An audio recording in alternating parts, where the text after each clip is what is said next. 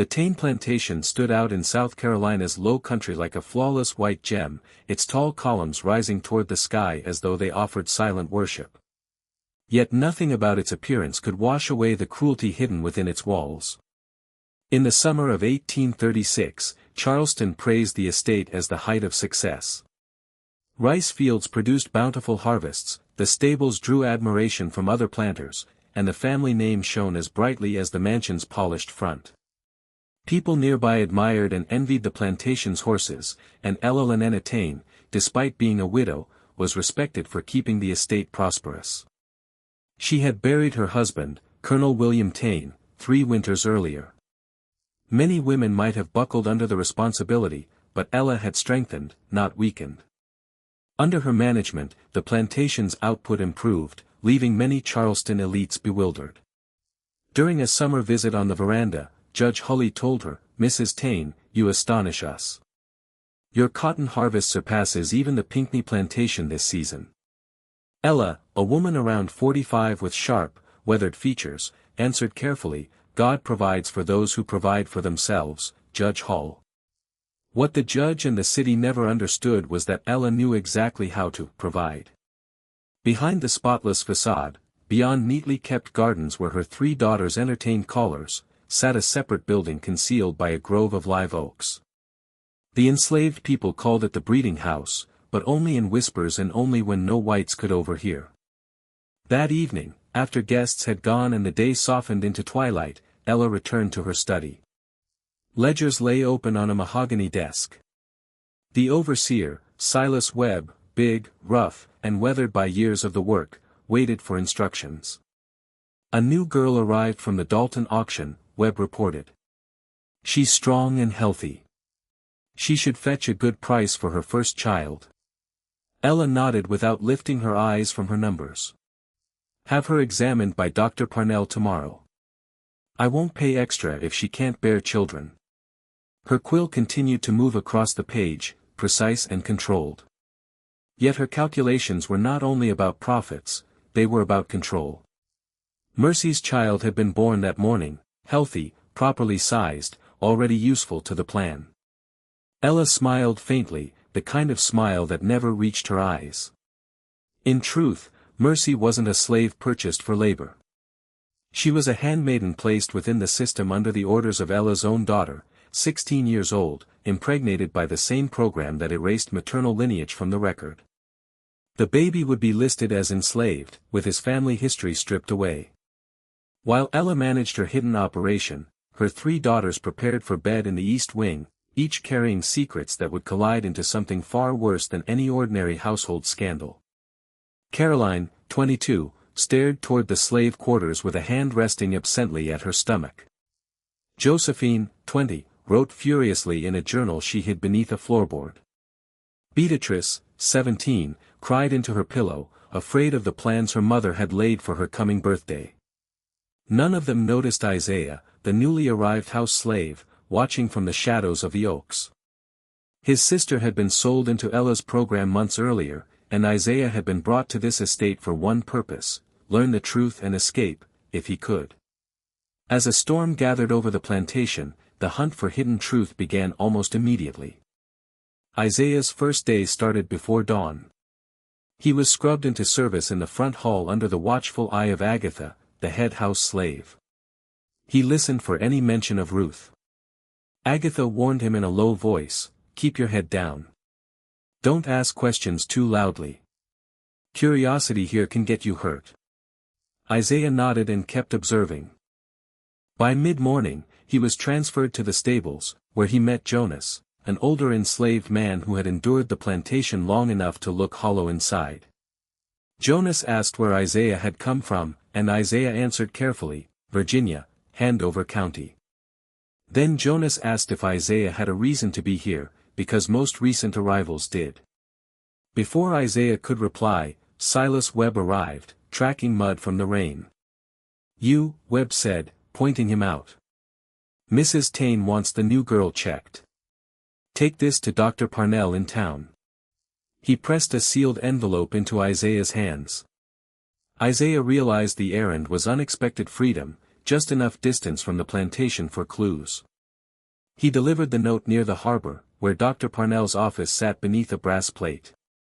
An assistant took the message and sent Isaiah to wait. In that short pause, Isaiah listened to two white men nearby. They spoke about the next shipment, about acquiring strong new stock, about keeping the breeding program running smoothly. Isaiah's heart raced.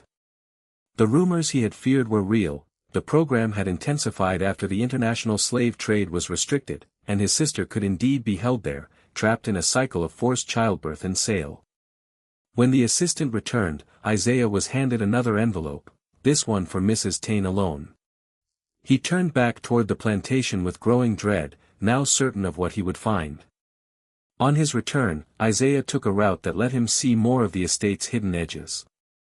Behind the main house and through kitchen gardens, he noticed the concealed building where the program truly operated. Unlike ordinary cabins, it had glass windows, though the drapes were drawn tightly. A white-clad woman entered with medical supplies, moving like someone who considered this place routine. That night, while other enslaved workers slept, Isaiah sought out Phyllis, an older kitchen slave who had learned to pity him.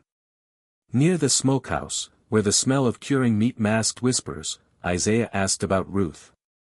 Phyllis's face tightened with sorrow.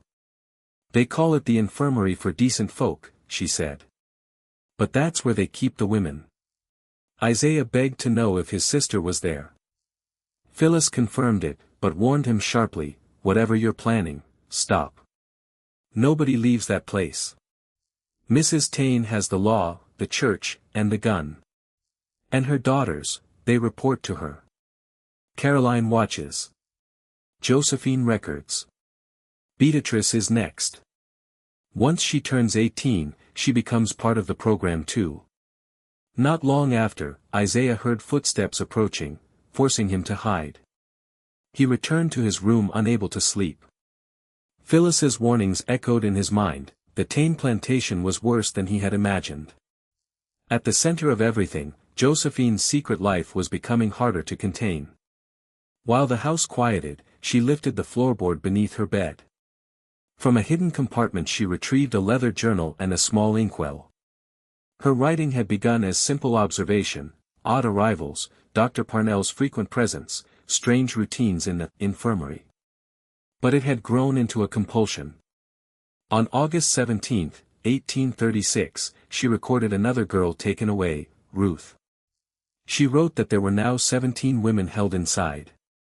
She noted that the special nutrition, meat, and molasses were denied to ordinary field hands.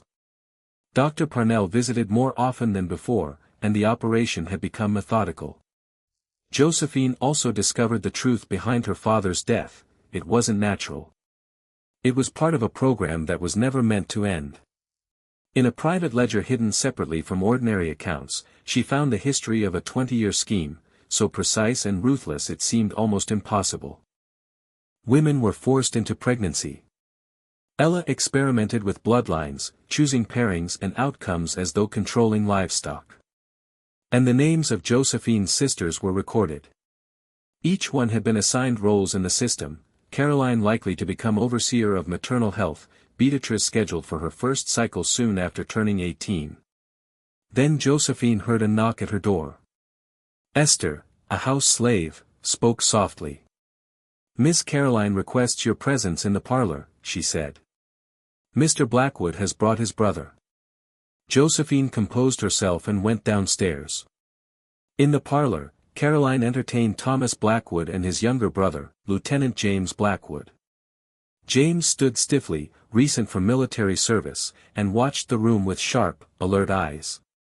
While conversation moved in safe, polite patterns, Josephine noticed Isaiah enter behind the refreshments, his posture purposeful, his gaze controlled. He seemed quietly aware of something. Dinner continued. Everything about the evening felt arranged by Ella herself.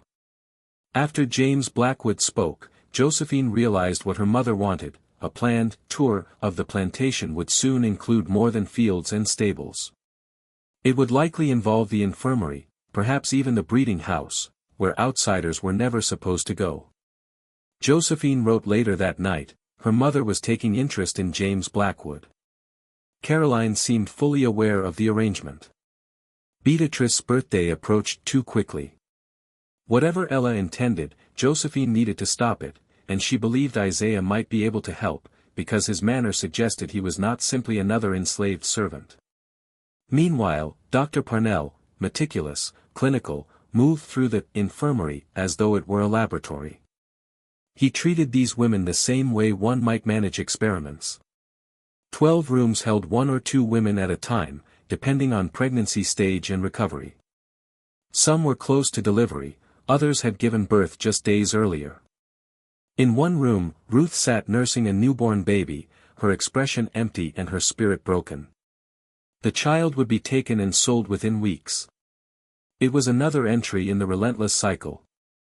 Later, Parnell received instructions. Ella requested his attendance at dinner, where she planned to discuss bloodlines with the Blackwood brothers. These dinners weren't social events, they were evaluations. Ella measured traits, examined prospects, and decided which men might feed the program. Josephine and the others finally moved toward action on a night when the storm turned the grounds into a dangerous maze. Isaiah, Josephine, and Beatrice converged in secret, determined to reach Ruth and expose everything before the program claimed more victims. Isaiah revealed hidden passages, service routes the household used to move unseen.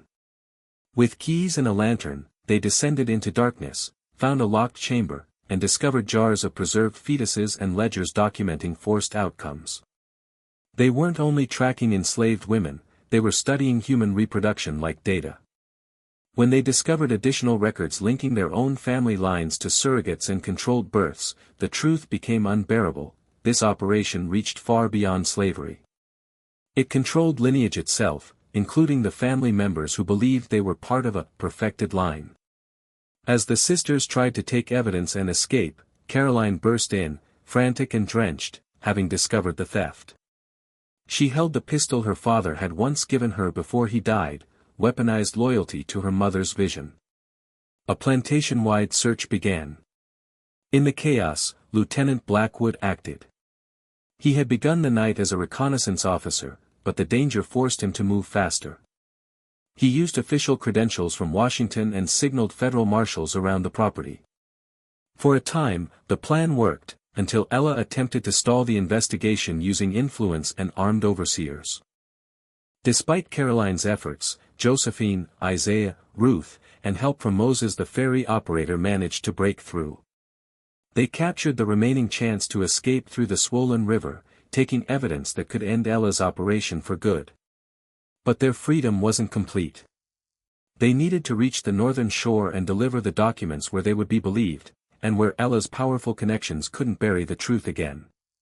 The storm, the chase, and the sudden shift in fate marked the turning point. The plantation that had once seemed unshakable was now exposed, its secrets finally slipping into the hands of people who could fight back.